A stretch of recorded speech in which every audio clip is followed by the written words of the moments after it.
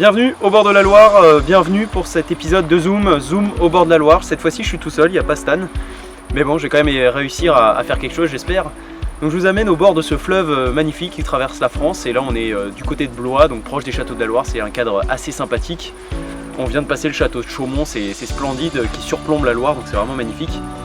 Je vous emmène pour aller un coup du soir et un coup du matin. Je vais quand même faire la nuit, mais ce sera vraiment surtout le coup du soir et le coup du matin sur lequel je vais miser. Il est à peu près 19 h, on est fin du mois d'août, donc il fait encore beau jusqu'à tard, vers 21 h. Mais malgré tout, il faut quand même que je me dépêche pour pouvoir tout installer dans les temps et vous montrer un petit peu comment on s'installe, comment on prépare, comment je m'organise pour ce type de pêche. C'est assez technique, c'est pas forcément extrêmement compliqué, il y a des choses à savoir quand même en amont, il y a des choses à faire, à ne pas faire. Mais globalement, c'est une pêche très sympathique et j'espère vous montrer du poisson en avant.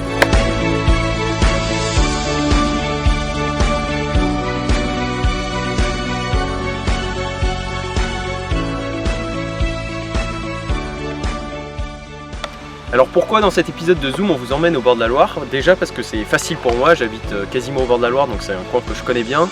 Mais c'est aussi pour vous faire découvrir cet endroit absolument mythique qu'est le fleuve Loire. Pourquoi est-ce qu'il est aussi stylé? Parce que franchement c'est le dernier fleuve qui reste sauvage en France. Il n'est pas canalisé globalement. Son lit fluctue d'année en année, il y a des îles qui se créent, des îles qui disparaissent, il y a des hauts fonds qui apparaissent. Il y a vraiment une véritable vie qui se produit sur la Loire. Donc non seulement le fleuve évolue, mais en plus de ça, on a une biodiversité qui est exceptionnelle. On a des animaux qu'on trouve nulle part ailleurs, des castors. Les castors, pour trouver des castors en France maintenant, c'est vraiment très compliqué. Ici, il y en a beaucoup.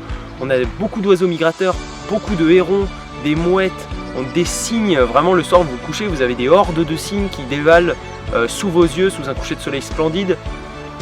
C'est vraiment une zone très très spéciale, il y a une atmosphère.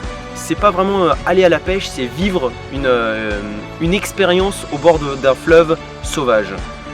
C'est un fleuve sauvage, c'est donc aussi un fleuve un peu dangereux, je suis obligé de vous mettre en garde avec ça, on peut pas faire n'importe quoi. On peut pas nager comme je l'ai dit tout à l'heure, on peut pas pêcher n'importe où, on peut pas pêcher n'importe comment, on peut pas s'installer n'importe où, ça reste quand même assez compliqué. Ceci dit, c'est quand même une véritable chance de pouvoir pêcher sur les berges de ce fleuve qui abrite des poissons très très gros. J'ai fait des poissons de plus de 20 kg là-dessus et je sais qu'il y a encore plus gros. Il vient d'avoir une énorme chasse vraiment à 3 mètres du bord.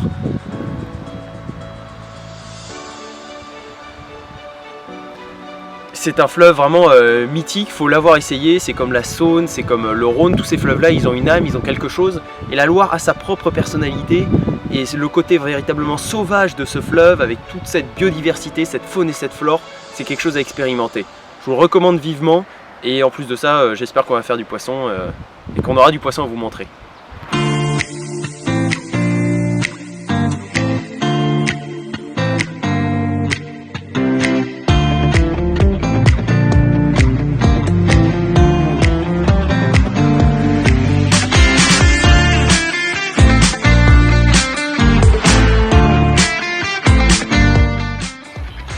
En termes d'èche, très simple, moi je vais utiliser de la fraise en printemps-automne. Donc pourquoi la printemps-automne? Parce qu'elle va être un peu plus résistante que l'hiver, mais elle va diffuser plus rapidement que l'été.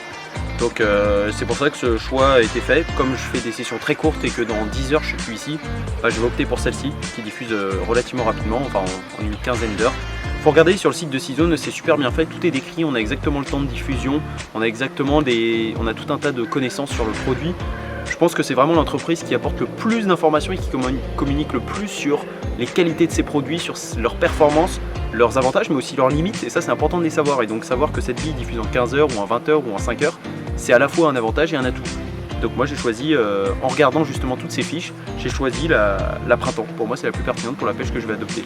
Alors en termes de montage, on reste toujours sur quelque chose que j'aime bien, c'est-à-dire un combi rig.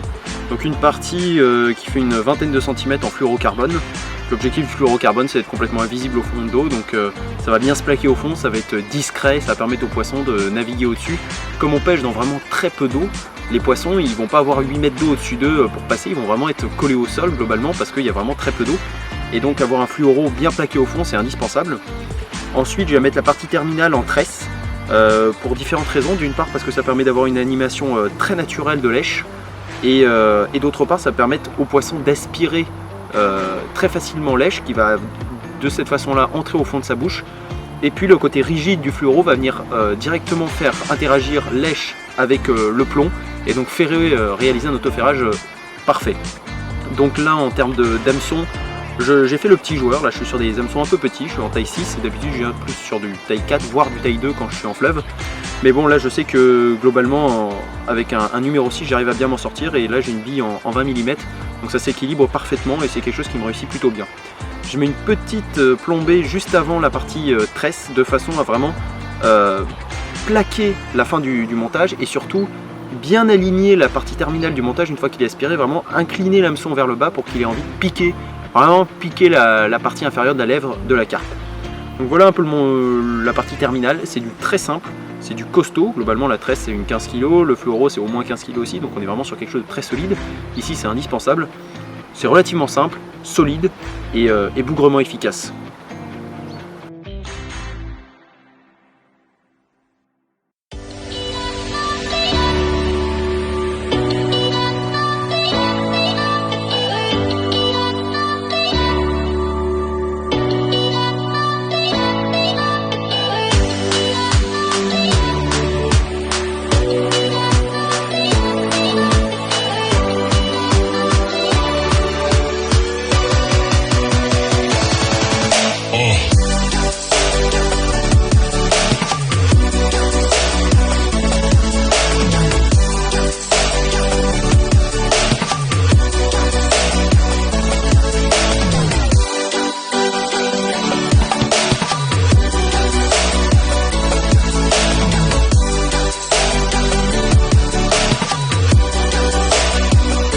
Je vais vous expliquer un petit peu quelque chose qu'on fait, là c'est un peu de la triche, mais en fait comme on est deux, il y a moi et puis il y a la personne qui filme actuellement, et ben on va utiliser le spot de façon un peu complémentaire.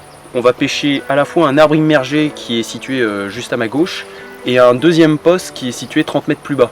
Le problème c'est que comme les deux postes, surtout celui avec l'arbre immergé, sont assez encombrés, j'ai pas envie de mettre deux cannes espacées de 30 mètres, et donc moi je vais pêcher un premier poste et la personne qui filme sera positionné au deuxième poste, donc ça va nous donner un petit peu 2 fois plus de chance. On aura quand même que 4 cannes, donc en fait c'est comme si je pêchais tout seul, mais pour la sécurité du poisson on va quand même se séparer et donc d'une certaine façon on va peut-être doubler le nombre de départs, mais on croise les doigts. Mais voilà, c'est la petite supercherie que je vous avoue.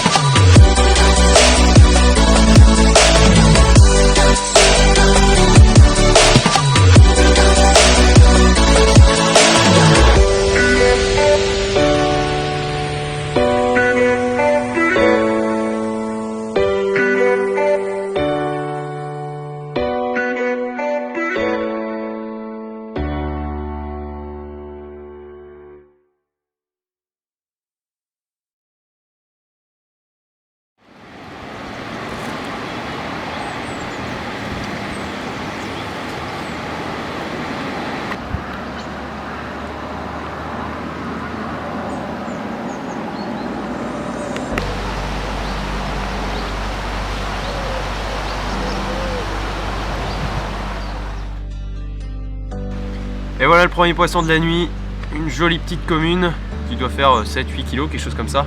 Un écaillage sublime. Ce poisson était vraiment boulimique, des billes ciseaux, on en a retrouvé plein sur le tapis de réception, plein dans le sac de conservation, et puis elle continuait à en excréter pendant qu'on était en train de la manipuler sur le tapis. Donc franchement, bah voilà, elle s'est jetée dessus, elle a aimé et elle les a déjà digérés, hein, parce que là le poisson a été pris pendant la nuit, je sais pas vraiment à quelle heure, mais 3-4 heures après, quelque chose comme ça, elle est déjà en train de les ressortir. Donc ça veut dire que l'appât est attractif, l'appât lui a plu parce qu'elle n'en a pas mangé qu'une, et en plus là-bas l'appât est ultra digeste. On s'est pas trompé sur le choix de l'appât, là franchement sur le coup ça a payé. Et puis elle, elle s'est fait prendre parfaitement sur la lèvre inférieure, clac, bien piqué, elle n'allait pas sortir. Un joli petit poisson que je vais aller rapidement mettre à l'eau pour vous en montrer un beaucoup plus gros qu'on a pris aussi pendant la nuit et qui devrait vous plaire.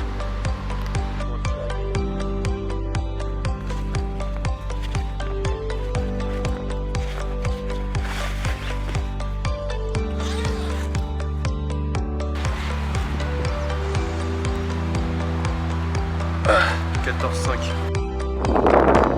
Voilà, il y a des matins où ça se passe bien. Là, voilà la deuxième du doublé. C'est une très belle carpe, très sauvage, très agressive aussi, qui passe la barre des 14 kg, juste en dessous de la barre des 15, donc on va pas dire 15, mais vraiment un très beau poisson de Loire. Des poissons comme ça, on n'en touche pas quand même à chaque sortie, donc on peut dire qu'on a de la chance. Un écaillage absolument parfait, une bouche vierge de toute piqûre. C'est vraiment pour ça qu'on va pêcher les poissons en Loire. C'est pour cet aspect sauvage, c'est pour cet aspect vraiment... c'est une expérience. Pêcher en Loire, c'est une expérience plus qu'une partie de pêche. C'est vraiment ça il faut le voir comme ça. Celle-là, elle a été prise vers 3 h du matin, gros départ sur les billes, sur les billes 6 zones. Donc voilà, vous voyez que on a mis à peu près petite touche sur la canne de droite, ou bien c'est une algue qui dérive là. Je pense que c'est une algue qui dérive. Donc comme quoi, vous voyez, on a mis 3-4 poignées par canne, avec 3-4 poignées par canne, et on fait 2 poissons. Ce qui fait qu'avec un paquet d'1 kg qui vous coûte 12 €, 13 €, je sais plus exactement, ben vous faites des dizaines et des dizaines de carpes, alors que si vous achetez un paquet à 5 € le kilo et que vous faites une carpe, et ben au final le prix de la carpe il vous revient beaucoup plus cher. Et c'est ça le véritable critère à prendre en compte quand on va à la pêche, c'est combien me coûte une carpe plutôt que combien me coûte un paquet de bouillettes. Je vais aller la remettre à l'eau parce qu'elle l'a bien mérité, elle est quand même assez docile là une fois qu'elle prend la pause. Et voilà, c'est un très beau poisson. Allez, on va le remettre à l'eau. Voilà, donc on va relâcher le poisson, vous avez le drone au-dessus donc ça fait un peu de bruit. On la remercie parce que vraiment c'est vraiment une chance d'avoir un joyau comme celui-ci. Et on espère la reprendre peut-être un jour encore plus grosse, mais là on est déjà bien gâté. Allez ma belle.